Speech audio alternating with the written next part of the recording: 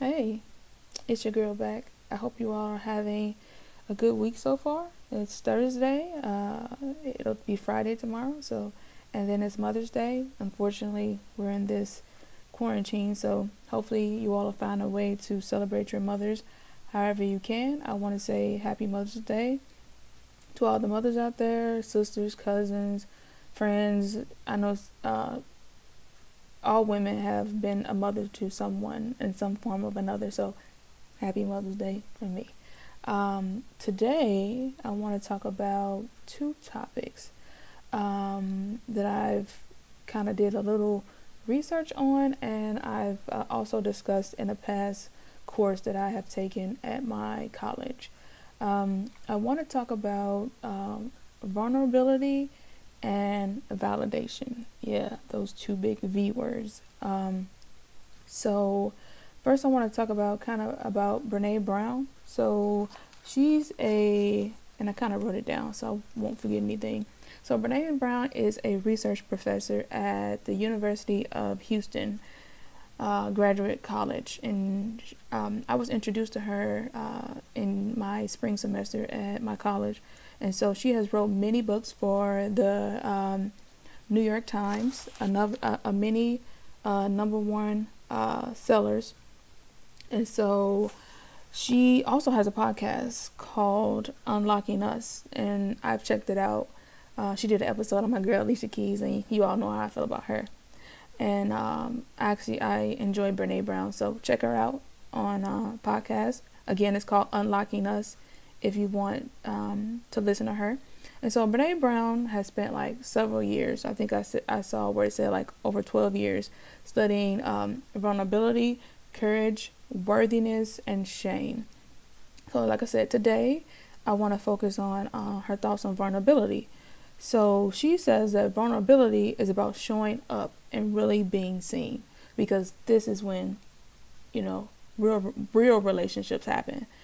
And being vulnerable is hard, I know, because we don't want to seem soft to people.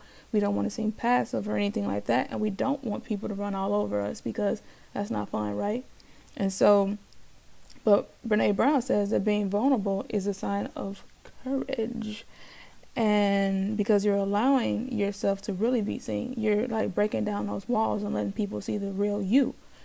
And vulnerable people are not afraid to admit their mistakes, and they're not afraid to say when they need help. And we all need help sometimes. We don't, sometimes we want to do it all. And I know I'm guilty of that. I struggle with asking for help, but asking for help when you need it is when you're really showing signs of vulnerability. And that's when real relationships happen, according to Brene Brown. And she also talked about those superheroes, like Batman, Superman, and Black Panther more recently, and how we love to watch those type of movies because they're heroes, right? But think about it. All those superheroes have some form of weakness or another. And so we think about Superman. What is his weakness? It's kryptonite, right? And so, but we don't think any less of Superman because he is vulnerable to kryptonite, do we? No.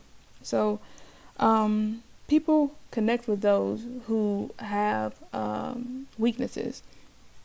And the flip side of vulnerability is perfectionism and trying to be perfect all the time. And she speaks about to be perfect is, or being perfect is so that we can minimize the blame, the pain or the shame or the judgment. And so we're trying to be perfect because we don't want anyone to criticize us or say negative things about us. And I know that's tough to deal with someone judging us or trying to correct us on something. So I understand how that could be hard. So I'm a perfectionist, or a recovering perfectionist. I know I tried to do everything right because I struggle with hearing constructive criticism. Now, I know sometimes people can come to you and bash you, and they're not trying to be constructive. They're just being, I don't know, just being themselves. But if someone is coming to you with constructive criticism, and they really care about you, and they're really concerned about your welfare and seeing you succeed, then that's okay to accept constructive criticism from family or friends.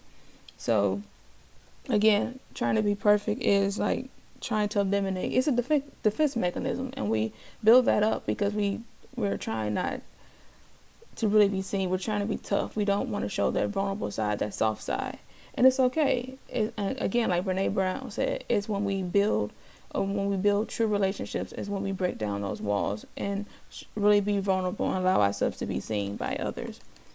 And another thing she said is being perfect is trying to seek the approval of others. So that leads me into my other word, validation. And we look for validation and recognition and approval in our parents in our childhood, and who wouldn't want their parent to say, to validate them and say, they see all these good things, these good traits, and you're pretty, you're smart, and you could do anything. Kind of like on that movie The Help, when she had the little girl say, you was smart, you was kind, and you were important.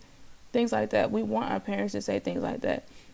But when we don't get that, we grow up into adults and we're seeking that validation or that external validation from others.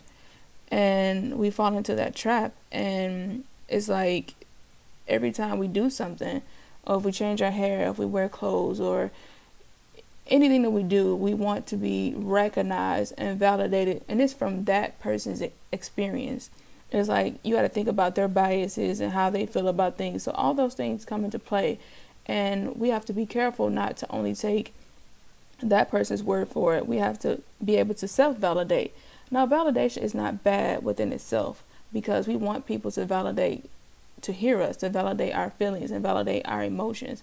But a healthy outlook is when we're able to also self-validate if we do not get the validation from others. So what we can do is to kind of break this cycle is to kind of think about when your social media has kind of taken this way out of control, because social media is like, see me, recognize me, acknowledge me. And we're screaming that all day when we post things on social media. We're looking at the likes. And one thing I like about Instagram, they took the amount of likes away. So like the user can only see it. And I think they can still kind of work on that a little bit, but I see that they're trying to eliminate the need for validation, because I feel like that's why anxiety is so high and prevalent today, because we're always wondering about what does others think about us, because that's all we see on Facebook, Instagram, and all these other apps that are out here. But to break the cycle, when we post something, we have to ask ourselves, like, what is our motivation behind it? Why did I post this? Am I posting it to get likes? And if I don't get likes, will I still be okay? Or will I go back and delete it? Because I don't know, somebody else might see it and may feel sorry for me because they think that, oh, she doesn't have a lot of friends or something like that. I don't know, think something crazy. But just ask yourself next time you post something, why are you doing it? Or if you change your hair, if you put this outfit on, or if you do anything that you do, ask yourself, what is my motivation behind it? And as you start to acknowledge it and start to recognize why you're doing what you're doing, then you'll start to break the cycle and you'll start to self-validate and say that, hey, I like my hair. Who cares what somebody else feels about it? Or I like this dress, or I like this shirt, or I like these pair of pants, or I like this dress, or whatever you like. Or if you post something and no one likes it, to be okay and not to want to go back and delete it and just self-validate yourself. And it's not easy. I still struggle with it. I still sometimes wonder if I change something about myself, and if no one says anything, sometimes I'll sit there and analyze that maybe it's not so cute. Or maybe I thought it was cute and maybe it wasn't. But I can't analyze myself or live my life based off of someone else's experiences. Because again, everyone has their own biases. And so you got to take into account how they feel about something. And how they feel about it, what does it matter? It's you. It's what you like. So again, I want to talk about the two things I talked about today. So to do a quick little recap, was vulnerability and a validation. So I talked about Brene Brown, and you can look her up. She has like several books and she has podcasts out there. She's been on Oprah. She talks about vulnerability, worthiness, shame, and courage, and it's very insightful. So if you want to research her, look her up. And how being vulnerable is when real relationships happen, because we allow ourselves to really be seen.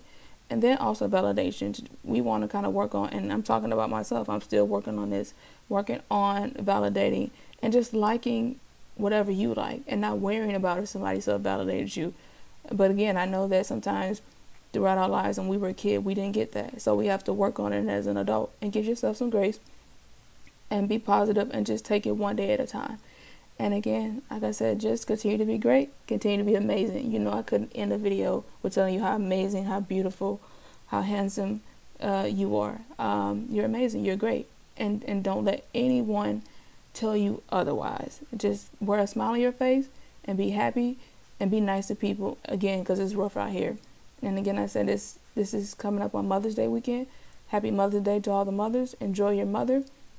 Have a great time in whatever capacity you can. Make the most of the situation and spread positivity and love. Again, you're amazing. Send you all a kiss and happy Mother's Day again to all the mothers, and have a great weekend. I'll talk to you all later.